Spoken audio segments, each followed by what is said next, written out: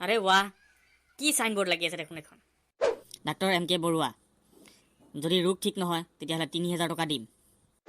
আৰে ৱাহ, আজি ৩,০০০ টকা কামাই কৰিব পাৰিম। যাওঁ ডক্টৰটো চেম্বাৰলৈ যাওঁ, তাত গৈ পেলাই ৩,০০০ টকা তাৰ পৰা লৈ আহোঁ। আপোনাৰ নাম ডাক্তৰ এম কে বৰুৱা নেকি? হয়,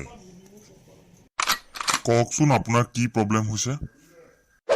দুদিনমানৰ পৰা মই জিও খাইছোঁ, কিন্তু একো টেষ্ট পোৱা নাই। আপুনি ঠিক কৰিব পাৰিব নেকি? ঠিক আছে, হৈ যাব। নাৰ্ছ, নাৰ্ছ, এই ফ্ৰিজৰ ভিতৰত থকা কলা বটলটো লৈ আনিবা। হয় ছাৰ, লৈ আনিলোঁ। Very good. সেই পেচেণ্টজনৰ মুখত 2 টোপাল বটলটোৰ পৰা পেলাই দিয়া। অ'কে ছাৰ, পেচেণ্টটোৰ মুখত 2 টোপাল দি আছোঁ। ডক্টৰ চাহাব, আপুনি দৰৱ বুলি দেখোন পেট্ৰলকে খুৱাই দিলে। কংগ্ৰেচুলেশ্যন, আপোনাৰ টেষ্ট কৰিব পৰা ক্ষমতা আকৌ ঘূৰাই আহিলে। এতিয়া যেতিয়া ঠিক হৈ গ'লা, তেতিয়াহ'লে মোৰ ফিজ 500 টকাটো দিয়া মোক। এয়া লওক ছাৰ।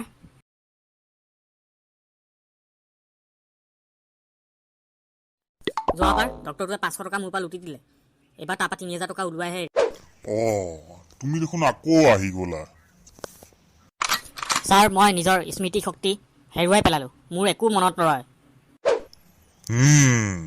ৰ'বা। নাৰ্ছ, নাৰ্ছ, ফ্ৰিজৰ ভিতৰত থকা কলা বটলটো লৈ আনাচোন আকৌ। কিন্তু ছাৰ, সেইটো বটলত পেট্ৰলহে আছে। লাষ্ট টাইম আপুনি মোক পেট্ৰল খুৱাইছিলে যে। ৱাও, তোমাৰ দেখোন স্মৃতি ঘূৰাই আহিলে। তুমি ঠিক হৈ গ'লা। তোমাক যোৱা সপ্তাহৰ কথাটো মনত পৰি গ'ল। এতিয়া ওলোৱা মোৰ 500 টকা ফিজ। এয়া লওক ছাৰ। ডাক্তৰটোৰ পৰা ৩,০০০ টকা ওলোৱাবলৈ যাওঁতে নিজৰে ১,০০০ টকা গ'ল। এইবাৰ যেনেকৈ হ'লেও তাৰ পৰা ৩,০০০ টকা ওলোৱাই আনিব লাগিব। তুমি আকৌ আহি গ'লা যে? কি ক'ম আৰু ছাৰ, আপোনাৰ তাৰপৰা যোৱাৰ পিছত মোৰ নানা ধৰণৰ বেমাৰ হ'বলৈ ধৰিছে। এইবাৰ তোমাৰ কি বেমাৰ হ'ল কোৱাচোন? মই ছাৰ চকু দি একো দেখা নোপোৱা হৈ গৈছোঁ আজিকালি। মোৰ দৃষ্টিশক্তি হেৰাই গ'ল ছাৰ। আৰে, এইটোতো ডাঙৰ প্ৰব্লেম হৈ গ'ল। মই চকুৰ বিষয়েতো একোৱেই নাজানো, চকুৰ স্পেচিয়েলিষ্ট মই নহয়। মই তোমাৰ বেমাৰটো ঠিক কৰিব নোৱাৰিম। তোমাক মই ৩,০০০ টকাই দিছোঁ, ৰ'বা।